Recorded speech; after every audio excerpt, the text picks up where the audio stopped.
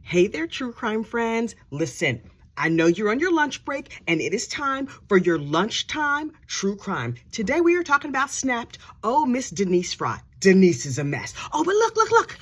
My ray of sunshine water bottle came in. I'm so excited. I'm very pleased with how it came out. Okay, so anyway, wait. You know we gotta hydrate. It's summertime. So look.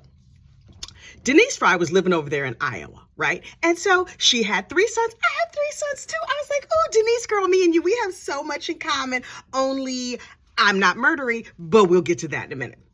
So Denise has these 3 sons, and she's living her life doing whatever. And she was like, oh, who is that nice man over there? Meets herself a nice man in the local community. Now, she's a single parent because she got married really, really young, like right out of high school. And she was a saleswoman for RVs, and she was really good at it. She would show you the kitchen and the bedroom and everything in this teeny little RVs. She sold tons of them. And then the business fell off, and she's like, we're just going to move to the next town and set up a new RV sales job.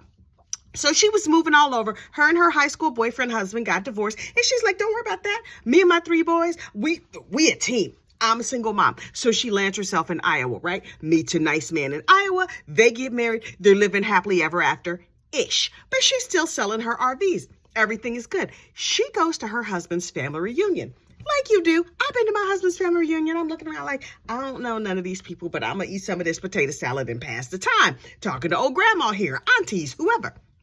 So she's passing the time, and all of a sudden she looks up and she was like, oh, who is that bit of deliciousness? Now, listen, I am known to flirt with a strange man because I have a flirty attitude. That's just how I roll. My husband does not enjoy it, but he enjoys me, so he's willing to overlook. Well, Miss Denise ran into old Kurt Bailey. How you meet somebody at your husband's family reunion? And he became her boo thing, but on the side. So word to the wise, don't get a side piece from the family reunion. That's just bad. But it's not like that was her kid's daddy. That was her second husband. So she was like, I don't really have to see him if I divorce him. I can just keep running around with his cousin over here, so it's going to be fine. I don't know if Kurt was her husband, was her husband's cousin, but she did meet Kurt at her husband's family reunion.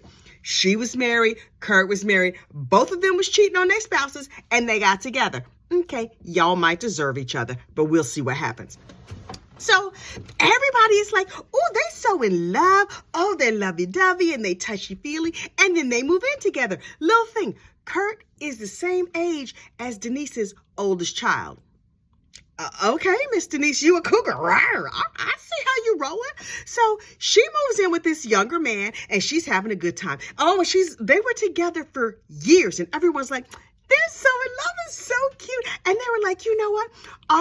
Our relationship is so perfect. We don't want to ruin it by getting married. We're just going to become common law because apparently in Iowa, you can have a common law spouse. In New Jersey, in New York, they not playing that. You can live with somebody for 1,000 years. They like, that's nice. That's still not your spouse. So, but in Iowa, I think after 5 years, common law. So it's like, okay, so you divorce your husband. He divorced his wife. Y'all moved in. Denise's older children have moved out, so she's just there at home with her son Jake, and everybody's living happily ever after. Oh, and Kurt, he had low money. He had a big name in the town, and nobody said what his family did, but everybody knew his family. Everybody was friendly with Kirk because he grew up over there in that little town, so they were like, oh, Denise, he's a party boy, but he's a catch. So she was like, yes, I'm very pleased with myself. He bought her a diner. It had been her lifelong dream to own a diner. Okay, he's making good money. He buys her a diner, and her name is Denise Frye. She was destined to be a fry cook, if you ask me, but I don't know. Anyway, so she's over there at the diner, and she's working. Everything is good. Oh, and all her and Kurt talked about was all the oochie coochie they was doing. Listen, don't nobody want to hear about married people's sex. It's not that exciting. You did the double backflip and stuck the landing. Good for you.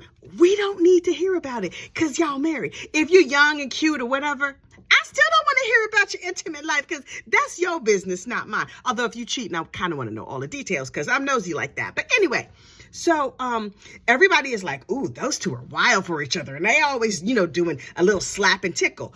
Good for them. And then Kurt comes to the office one day. Oh, he's so excited. He said, you know what Denise has finally agreed to? She's finally gone and done it. She has agreed to a threesome. Everybody was like, you? You old, you fat, your knees don't work right. She agreed to a threesome. Who y'all bringing in? And he's like, I don't know, but she agreed to it. I'm so excited. And then a little time went by and the threesome didn't happen. And Kurt kept getting sick. And then he was like, ugh, I feel terrible. I feel like I'm gonna die. But then he recovered. That happened a couple of times. And then when his health finally got together, he was like, tonight's the night. Gonna get it done. Yes, so excited. And then cut to the next day, you hear the 911 call and somebody is dead. Guess who that was? It was Kurt. He's dead. And so Denise is like, oh, Officer Friendly, I don't know what happened. He's just dead here on the floor. Oh, me, oh, my, what am I ever going to do? So they take her down to the police station. They're like, girl, what happened? And she was like, we were just entertaining, and you know, he liked to smoke a lot of weed because he was a party man. Did I tell you he was the same age as my oldest child, because I'm a cougar anyway? So he said he was going to get some weed, and he told me, I don't want you to be a part of this illicit drug transaction for marijuana, so you go upstairs and wait, and I'm gonna be down here doing some business. So she's like, I was covering my eyes up in the bedroom because I did not want to see that illicit transaction. And somebody came in, and I heard some tussling, and then I heard a racial slur, and I heard him say, you're not going to cheat me. And then the door slammed, and when I came downstairs, he was dead on the floor. I don't know what happened. And I was like, okay, because this show was called Snapped, we know already that this lady has killed this man, and she has taken the time to throw in an all-purpose minority. She didn't specify which minority or which racial slur, but okay, we see you, white lady, trying to throw in an all-purpose minority. That's not PC. Also, you going to hell for lying and throwing us under the bus. We don't have a hard enough. Anyway, okay, so let me not rant. So they were like, oh, okay, so let's look around. But the police, they were on to Miss Denise, because you know why? There are no minorities in that town. They were like, where'd she get a minority from? We don't have nobody brown in this town. It's like a field of cotton in here, white as far as the eye can see. So she's a lying sack of sugar. We gonna go back and do some more investigation. So they keep investigating, and they're like, we can't figure out what's going on, Miss Denise. And she said, oh, well, my son and his girlfriend did drop by earlier in the evening, but they left long before he came home and had this pop by. So they were like, okay, so we're going to call your son and his girlfriend over here, and we're going to ask them a couple questions. The girlfriend is Jessica. The son is Jake. This is her youngest son. And Jake is like, yeah, me and Kurt didn't get along. And me and Kurt had a fight because he thought I didn't have a good work ethic. And so he threw me out of the house, and I was sleeping on the streets for a while. Miss Denise, I'm looking at you a whole different way. You let this man throw your child, your flesh and blood, out in the street and let him sleep there for months. And you was just over here doing oochie coochie with your man and swinging from the chandeliers while your child is couch surfing and whatever. No, ma'am. No, ma'am. Now, see, I'm officially no longer on your side, but let's see what happens. So he was like, but then there's this girl, Jessica, and she has a crush on me. She's like my on again, off again boo thing. I'm not really into her, but I was a hobosexual, meaning I had no place to live like a hobo. And so now I'm living at her house. So now she's kind of my girlfriend, but not really, because I'm not really into her like that. But she did have that nice comfy couch and that nice comfy bed. So I was sleeping at her house from time to time. And he was like, so me and Jessica came to my mom's house, and we was hanging out, and he just got dead. I don't know what happened. And so the cops were like, well, great. You sit here in this room. We're going to talk to Jessica and see what Jessica has to say. So Jessica's in the other room. Now, of course, they have the police the footage.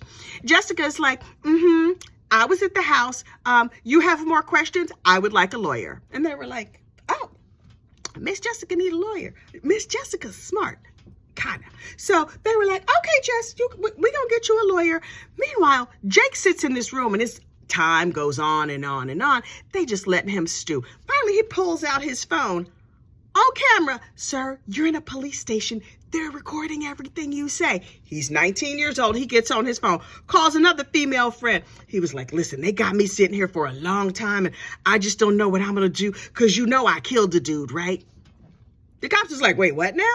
And he was telling his friend, yeah, oh, I feel terrible. I'm so sorry. I really shouldn't have killed that guy. But, I had to take a rock and I hit him in the head. Oh, he went into all of the details about how he murdered this man on the telephone while sitting in the police station. So, of course, the police watched the video. They go in and say, hey, Jake, listen, we heard your phone call.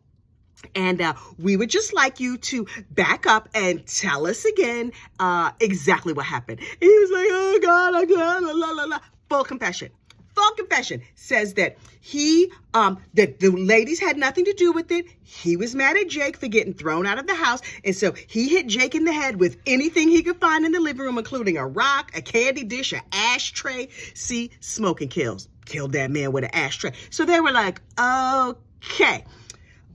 Miss Brenda Frye was sitting out in the waiting room and she was like, I need to talk to you. Officer, can we, just 1 minute, just one little minute. And they were like, yeah, girl, come on in. And she was like, listen, my son Jake, he's the weak link. And I know he probably just confessed. So I'm going to tell you everything that happened. And they were like, really, girl, tell us everything. And she was like, okay, so this is what happened.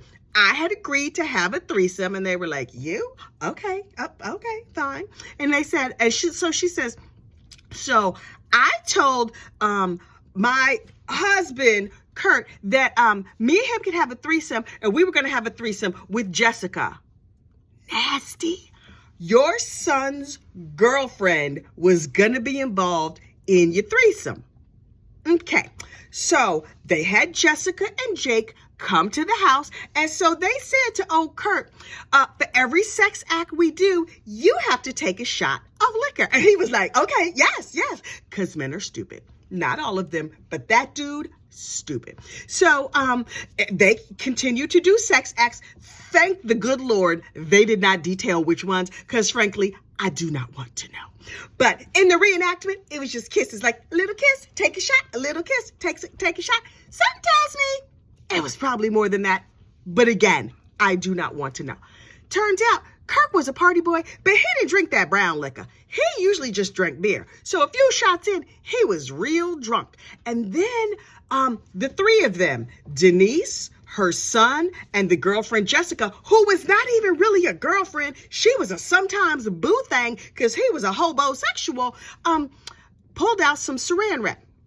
Miss Denise had planned this. And actually, this was the smartest thing I've ever heard of in a murder. They didn't want to tie him up with rope because it would leave marks. She had a cafe that Kurt had bought for her. So she went and got the big giant roll of industrial strength saran wrap. And while he's passed out, they put saran wrap around his legs to bind his legs. At his ankles, they put saran wrap around his wrist to bind his wrist. And then they were going to put saran wrap on his face to suffocate him and kill him. Isn't that smart? I've never heard of saran wrap as a murder weapon. So anyway, putting that in my notes. But anyway, he woke up. He was a big dude, and the alcohol made him pass out, but for not that long. And the saran wrap probably made him sweaty. And so when he woke up, he's fighting and he's flailing all over the place. All three of these people jumped on this man and just started hitting him with everything they could find, including an ashtray, a candy dish, and a rock. And so now Miss Brenda has given up the whole game. And they were like, okay, we're going to need some proof. And they were like, oh, no problem. My son has a car, and I think all the stuff is still in his car. Y'all committed a crime and didn't throw away the evidence? So they were like, okay, where's the car? Oh, the car is in his friend's garage. So they go to the friend's garage and open a nice hefty bag. It was a white bag. It wasn't even a black one. If you're going to commit crime, you need a roll of contractor bags. That's just right there in the Walmart murder aisle. And also, Walmart, y'all should add saran wrap to the murder aisle, right next to all the black clothing and the zip ties. But anyway, so they go over there in the car and they open up this little garbage bag and they find saran wrap covered in blood. Now, it was smart that they used the saran wrap because you couldn't tell he had been tied up. It was dumb that they didn't then throw the saran wrap away immediately. You could have put it in a dumpster behind the restaurant. Everybody would have thought that was from meat juices or whatever. I mean, it was meat juices with human meat, not side of beef. But anyway, nobody would have suspected. Y'all dumb. Anyway, so they were like, Yeah, we're really sorry. So Brenda gets up there and she's like, yes, I confessed, but when it's time for trial, I'm going to plead not guilty because I'm a battered woman. I'm a battered woman. Turns out Kurt had a little cash. And Miss Brenda, Miss Denise was like, if he dies, now that I'm his common law wife, I can get all his money. I can get the life insurance. He was worth about $1 million. Frankly, this took place in like 1999, the early aughts. I would not willing to be, you can't put me in jail for $1 million. You just can't. Even if like there's no taxes on it, that's not enough money. You know I can spend $1 million in a day, right? If I tried hard enough, I probably wouldn't even have to try that hard if you want to know the truth. You can spend $1 million in one day. So you go into prison for life over just $1 million? I don't know how many million it would take for me to go to prison, but it's not one. It's way, way, way more than one. So anyway, she goes to jail, and the prosecutor is like, there was the life insurance, there was his inheritance, there was all these other reasons why she did it. And she was like, he used to beat me up and he used to talk mean to me all the time. And yes, he was young enough to be my child, but he was very forceful and he was giving me the big O several times. And so I just like, I don't know, I had to kill him. Please don't send me to jail. And the jury was like, right. Took 25 minutes. It was a little bit more than that. Actually, I think they took like 3 hours. And then they convicted her, LWOP'd her behind. Life without the possibility of parole. And I was like, that seems fair. You trying to be a cougar. You out here trying to be cute. Turns out all those times he got sick, she would get him drunk and then shoot him up with insulin. And then he would get real sick and then recover. Girl, you should have just kept trying with the insulin. That was more likely to work more quickly than you hitting the head in the man with the rock. Although that saran wrap, stroke of genius. So anyway, but clearly that's the only genius thing you did. So she throws the son under the bus. She throws this kind of sometimes girlfriend under the bus. And then their trials come up. What do you think happened to them? LWOP. Life without the possibility of parole. 2 19-year-olds. Girl, that girlfriend, I know her parents were furious. She was smart enough to ask for an attorney when they first started asking her questions. But the fact that this is a dude who A, didn't have no place to live, B, was only seeing you because he needed to sleep at your house, and now you gotta sleep in prison for the rest of your life behind his behind? A homosexual? You know he wasn't bringing no rent, wasn't giving you nothing on the rent. He wasn't helping with groceries, probably left the seat up. Girl, you done messed up your life over nothing. All of these folks have messed up their life over very, very little. And Jessica didn't get to date the boy seriously, Jake, that she was in love with. Jake, poor, simple, homeless Jake, going to prison for the rest of his life. And Denise, what's going to happen with your diner? Who's going to be down there at the diner frying up the fries and the burgers and everything else? This whole story is tragic. And also, Kurt lost his life. There was that too. I don't know if he was mean. I don't know if he was a wife abuser. It's a sad, sad story. But that saran wrap, though. We learn things from true crime. We have learned, don't take your cell phone with you. Take the SIM card out. Get you a burner phone, but they should come in 2-packs. We learning all kinds of things. Now, listen, I have no plans to murder anybody. None at all. But if somebody make me mad, they should know I have tools and information, and I'm very well aware of the Walmart murder aisle. Now listen, you like and subscribe, and we will be back here tomorrow at lunchtime for a little more lunchtime true crime. I'll see you then. Hey, like and subscribe. Did I say like and subscribe? Don't forget to like and subscribe. I'll see you soon. Bye.